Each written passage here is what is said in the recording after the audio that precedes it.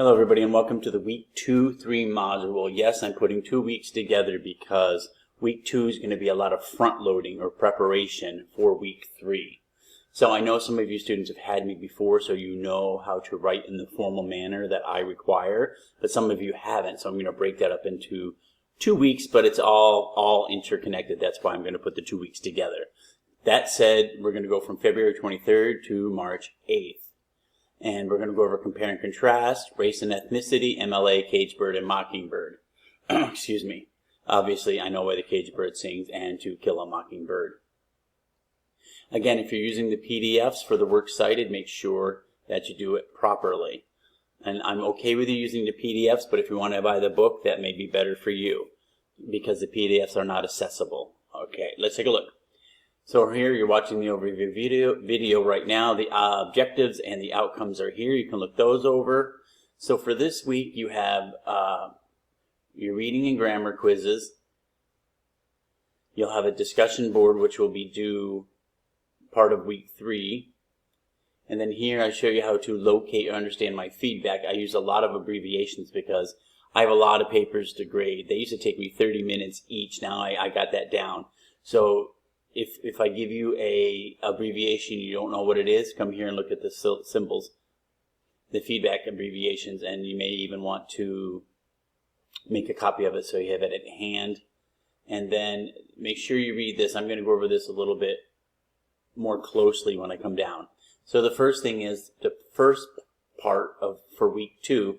Notice all the quizzes are due March 1st, Sunday, March 1st, which will be the end of week 2. So that again, if you don't remember, all the quizzes I create, I embed all the information you need in order to be successful with these quizzes. I don't put a quiz here and then say, oh, look over here, look over. No, I embed it all. So if you take a look here, the discussion board quiz, the discussion board quiz here, if you click here, everything you need for this quiz is here. There's a overview video. I would watch that because it'll walk you through this rubric. And I had to put the rubric in this way instead of putting it in a table so that it's accessible. But anyway, look this over, and then let's go back to the quiz. Again, what I would do is I would open the quiz, look at the questions, and then go through here. And then if you take a look, I've also put the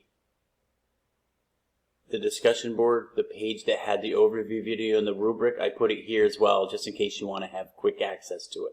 So it's a resource, it's not a quiz, it's a resource for here. Okay, and then I was going to hide this page, but I thought, you know what, I'll just leave it open for you guys to see, because maybe you want to access it quickly. Alright, and then here, these quizzes, all of these quizzes are due by March 1st. The reading quizzes, March 1st. Everything you need is embedded within them. Okay, and here, this is week 2-3, page 10, week 2-3, page 11.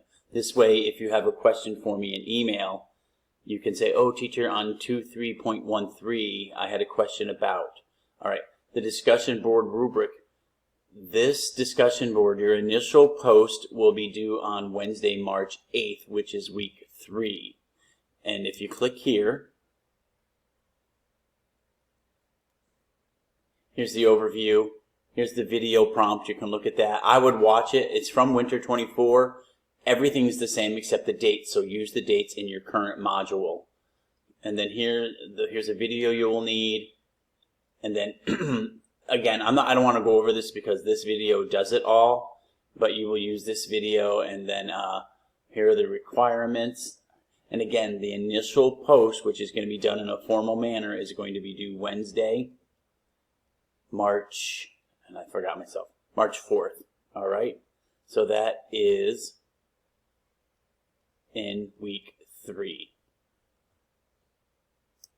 So the initial post will be due Wednesday, March 4th, and you have to respond to 4 other students by Sunday, March 8th. I think that's Sunday's date. And this will make more sense to you after you've completed the discussion board rubric of what I'm looking for, what your responses should look like. All right.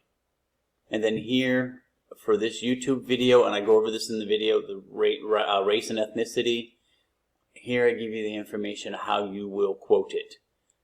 or how you'll quote it and how you will cite it in your works cited page, because my discussion board posts have to be done in a formal manner, and you have to cite in them, and a works cited page is included in that. Again, I'm going quickly because this video will go over all that more extensively.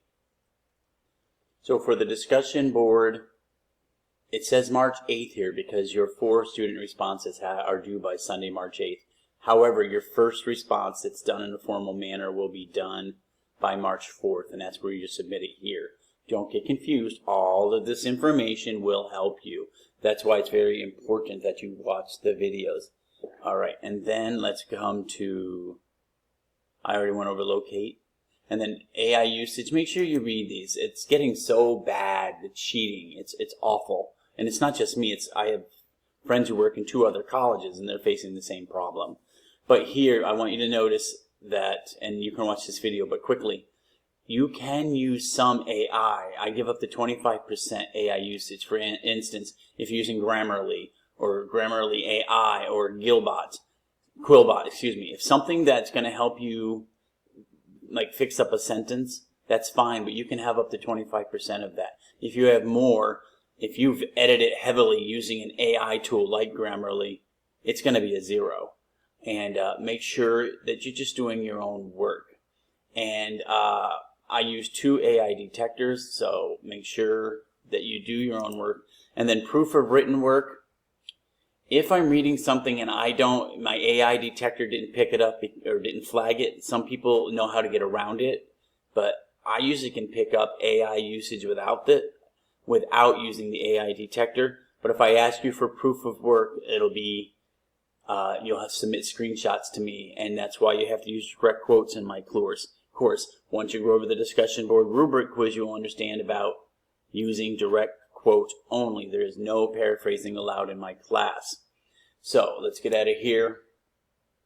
So I'm glad I made this into 2 weeks. So the first week, week 2, complete all of these quizzes and the reading quizzes, and then once you come down to the week 3, you can start week 3 whenever you want, but the 4 responses have to be due by March 8th. The initial post by Wednesday, March 4th.